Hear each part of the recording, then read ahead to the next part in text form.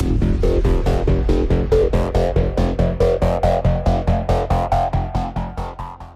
everybody, it's Julian of FlowGraphics here, and welcome to another episode of FlowTalks. Sorry this episode is delayed. If you saw my previous video, the Game Dev Diaries, you could tell that I was actually pretty sick in that video. I actually got a throat infection and I just was unable to talk or record any videos for the past sort of week or so. So sorry that this video is a bit late, but it's here now. I haven't done a FlowTalks in a while, so it feels really good to be making another one. And what I'm going to be talking about today is basically the difference, and this isn't just for graphic designers, this can be for any sort of digital artists, it pretty much applies to any field, between doing art as a hobby and then doing it as an actual job and making it your career, because it is a very big difference in the work and your attitude towards the work and everything like that. And I can speak from experience.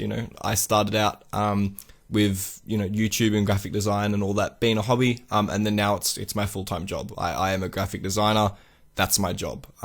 I work for a company. I'm full-time employed as a graphic designer, and a lot more than that, to be honest. More of just like sort of a creative director / creative generalist, I guess you could say. But I also do freelance work, and I have YouTube and all that sort of stuff as well.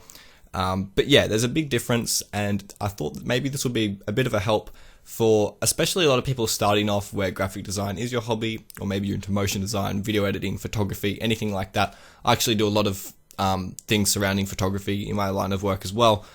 So if you if you do anything like that sort of realm of digital art, photography, anything really creative, to be honest, hopefully you might be able to get something out of this if you're looking at it as an actual career path to go on to. So to give you a little bit of backstory, I knew nothing about Photoshop, digital art or anything when I was a kid. I was always a good drawer. I was always really interested in art, and I loved art. And I was sort of considered as like the arty guy at school. And then sort of midway through high school, I started a multimedia class. I discovered Photoshop. I ended up actually ditching school and leaving school. I didn't graduate school. I left. In Australia, we have our high school, or I don't know what else you would call it, is years 7 to 12 basically. And I left at the beginning of year 11, and then I went and did a graphic design course at college or TAFE, whatever you want to call it. And I got like a diploma in graphic design, and then I went to university. When I would have been doing my last year at school, I started university early, so it worked out pretty well for me. And I got a degree in game design. And then a few months after finishing my degree, I started working where I'm working at right now, which is a place called Envisage Media. They hired me, and then now I'm doing a bunch of different stuff with them, including and sort of help to set up a company and some brands under their name. And then now I'm sort of leading sort of like a graphic design sort of section of their company, and doing a whole lot of sort of graphic design, multimedia, marketing work, photography, web design, motion graphics, video editing. I'm doing a whole bunch of different stuff for them, and that's my full-time job right now. Monday to Friday, I work for them. So that's sort of my path, a very generalized version. But I started off making YouTube banners and graphics for YouTubers and things like that. That's how I got started in graphic design. In my spare time, when I'd go home from school or on the weekends, I would make graphics, I would make art, I would make YouTube banners, all that sort of stuff, and it was fun. I had a lot of fun making it. I still do, but I really, really enjoyed it, and that's why it was a hobby for me. It was something that it was procrastinating. Other people, play soccer or whatever, or paint model figurines or collect train sets or do whatever the hell they do for their hobbies. That was my hobby, was creating art and graphic design, and I really liked it. And I like graphic design and art enough for it to be motivated enough to turn it into something else. That's another big point, is to actually, if it is a hobby for you and you want to make it into a career, you really need to be motivated. It's not a field of work where you just get a degree, or you do a course, or you watch a few YouTube videos and then suddenly you get a job. Anything in creative arts, your portfolio is everything. A lot of people don't care about your degree, to be honest. And apart from that, like, it's just your work ethic and your creativity and your portfolio of work means everything. That's what matters. So if you're very passionate, very motivated, and you put in the time, you're going to have no problem getting a job. You're going to be an asset to any company, and people are going to want to hire you. But let's say, hey, graphic design, you've been really interested in graphic design. It's been a hobby of yours, and you suddenly get a job. Now what do you do? So there is a big difference between having it as a hobby and a job. I'll sort of list them out one by one, but the first one is the content that you make. So if I'm making content, if I choose to make a graphic design, let's say I make a Speedart, I make a wolf illustration. Like let's say, one of the previous Speedarts I made like an abstract wolf design, which is basically my logo now. I had no project brief or anything. It's my logo, it's my design. I can make whatever I want. I just sat down on my computer. I'm like, hey, I'm gonna make some cool random wolf design that I think looks cool. And I sat down, I made it, and then I'm like, that's awesome. And then I used it, and it was that easy. I had 100% creative control. I could take my time. I could do it however long I want. I did whatever I want. When you're working for someone else, and this is the same. If you're a freelancer, if you end up working, like creating your own sort of business as a freelancer, or if you actually work for a company, you will get this no matter what. As long as you're working and it's a full-time job, you're going to be working under briefs, and other people will most of the time be telling you what you can and can't make. Whether it's a company approaching you wanting a logo design, some new branding, or if you're making an advert, or if you're making a website design, even if you're taking a photo of someone's house, you can't just go out and do whatever you want. You need to sort of adhere to a certain brief, and actually there's almost a set of rules that you need to follow in most circumstances. Now, some people don't like this. They find it sort of restricting. In my eyes, I sort of really like it because I find I'm the most creative when I get a strict brief. I love to get a challenge. I love to be restricted and get sort of put in a box, because I find that's when people are the most creative. When you're forced to think outside of the box and think of a new way to make something happen, even though you have to follow such a strict set of rules. And that's where you can make really, really interesting things. And those are the types of things that are great character building exercises and can make you so much more creative and make you so much of a better artist because of it. So some people don't like working, inside briefs, but you will get it a lot. A huge portion of the time you won't have a massive amount of creative control. Every so often, you get almost complete creative control depending on what you're working on, and that's really awesome. That can be really fun. But for the most part, you'll be being told what to do, and then you make it in your own, and then if it's up to standards, it's good to go. And if you're working for a client, you'll most likely have to show them if they're happy with it. That's amazing. Most likely they won't be happy with it straight away, and you have to go back and revise it and change it and go back to them and then probably change it some more. And that's just life. That's just the way it works. But that brings me to my second point, and that's just the rewarding factor of it. So when you make work for yourself, you're just pleasing yourself. That's it. You make something that you think looks good, and you're like, oh, that's awesome. And that's sort of just the end of the story. When you're working for a company, or if it's your job, it's almost always for a bigger cause. So let's say a construction company hires you, and they want you to do a 3D render of a big building that they want to make because they want to market that building and sell it to people. Okay, so let's say, they hire you, did the job, you go into Cinema 4D and Maya, make up all these awesome looking renders, and do all the graphic design work and stuff for that, and sell it to them. And then, you're walking down the street and you see a billboard with your work on it, marketing that building, and people are buying that, people are buying apartments on that building, and it's getting a whole bunch of attention because of your work. They say, oh wow, that's an amazing render of that building, that looks so cool, I'm interested in that, let's buy a house there.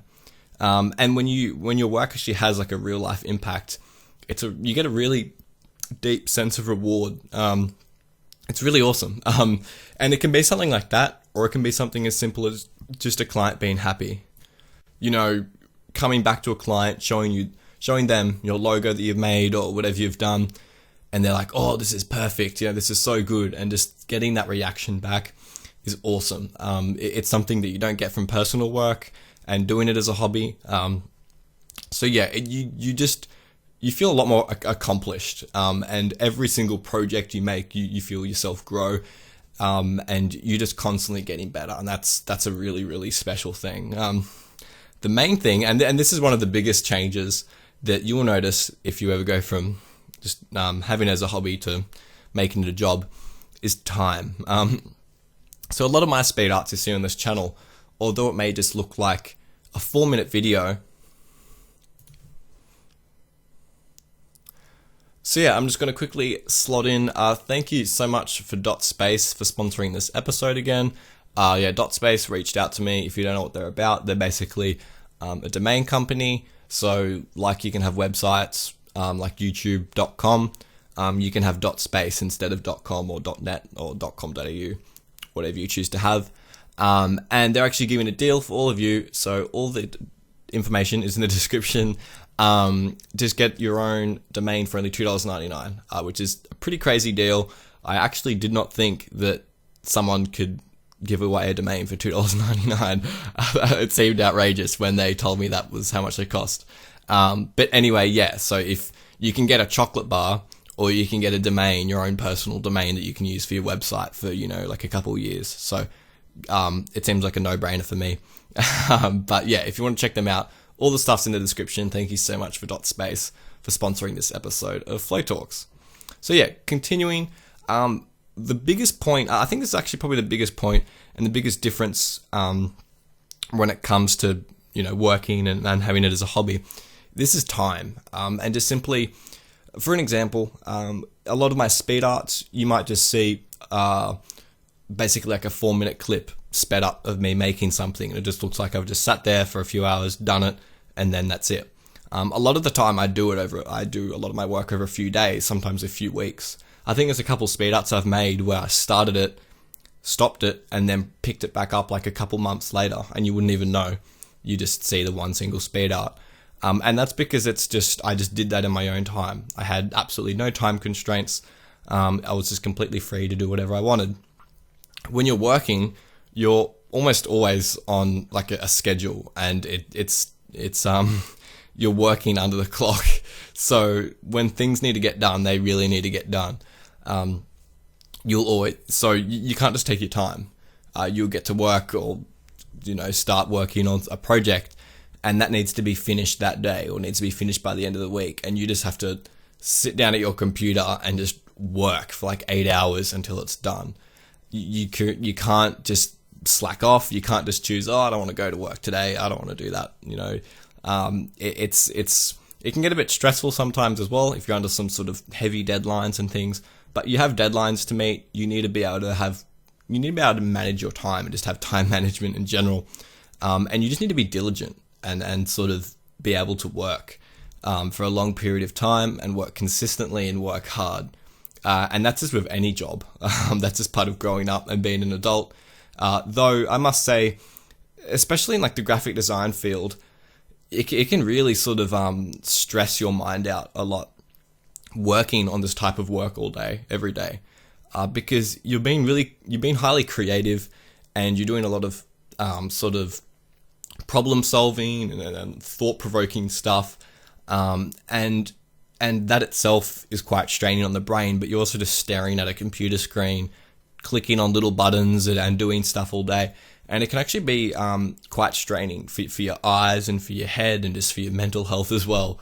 So that is something to take into account. If you're at home and you're doing this for fun, if you're at your computer and you can't physically sit at your computer and do work for more than a couple of hours, you might have a bit of trouble actually making it into a job, because you're gonna most likely have to do that for much longer than that time every single day.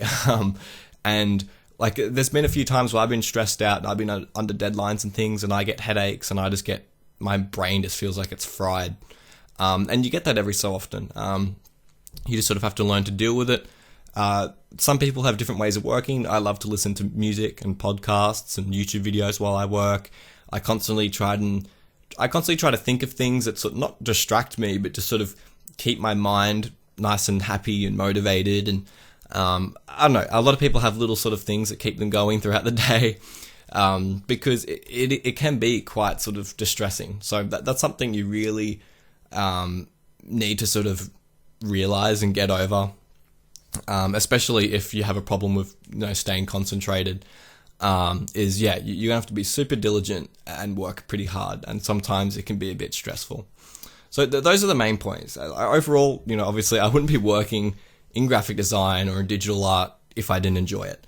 At the end of the day, every day I sit down and whether I'm making an advertisement for a client, whether I'm working on a website, editing a photo, making a video, doing whatever, I sort of, a lot of the time I just sort of sit back and I just think about, wow, like I was doing exactly what I'm doing right now 5 years ago for fun. Like this was just a hobby. I was doing this for fun because I enjoyed it. And then now I'm sitting here getting paid to do it. This is my job. And it's a pretty surreal feeling. It's really awesome. And if you can find an awesome company or an awesome group of people, or if you can build a business yourself, you can really have just an enjoy, I don't know how to put this. You can really have just an enjoyable life. Like it really makes you happy. Whether you can find a group of like-minded people that are really creative and really driven, or if you're driven enough yourself, you can set up your own business, become a freelancer. There's a lot of different ways you can go about it and turn it into a job. But if you get into the right scenario, it can be one of the most rewarding, one of the most beneficial things for your life. It's amazing, And if you're that passionate and that motivated in graphic design in the first place, you'll find a way to make it into a career. If you're that driven and you say, and you're watching tutorials, making art every day, you will have no problem making it into a career. Absolutely no problem, because there's people that do a lot less than that and somehow manage to get careers. But yeah, it will come easy to you. I feel really sorry for the people that, like some people have a lot harder times. Simply put, not everyone is creative enough to do certain things, and some people have to work a lot harder than other people. So all of you guys watching that are super gifted and really creative and really talented and really awesome, don't take it for granted. Like seriously, do not take it for granted. Work hard, stay motivated, and you can do some awesome things. And there's going to be some people out there that are going to look at you and look at the work you create and just think of you as pure gold. You'll be such an asset to them and they'll love you so much for it. So that's all I can say. But yeah, I hope you enjoyed the video. Hopefully that might have given some sort of insight to people. If you weren't, fully aware of sort of how it all works. But yeah, like always, I hope you enjoyed the video. Sorry, it was a bit long. I dragged it out. But that's what I love about these videos. I feel like I'm just sort of sitting here, like having a coffee, just having a casual chat with all of you. It's awesome. I feel really connected. It feels really personal. And that's what I love about FlowTalks. I haven't got you guys to say anything in the comments for a long time. So let's see okay, everyone comment your favorite fruit. Comment your favorite fruit in the comment section. And then I'll know who are the awesome, the true fans. And I wouldn't even think it was fans. I don't like that word one bit. The true friends, all right? Whoever writes down their favorite fruit in the comment is just an awesome person. Mine would probably have to be, I think pineapple or watermelon, I reckon. But either way, let's get off topic. So as always, everybody, have an awesome day. If you have any suggestions for future videos or anything you'd like me to cover, be sure to let me know. After you write down your favorite fruit, let me know what you want me to do. Yeah, like always, if you have ideas for tutorials, I'd love to hear your ideas. A lot of the time I just sit here trying to think of videos to make, and it's really hard. So if you guys can help me out with that, that would be great. Have an awesome day, everybody. See ya.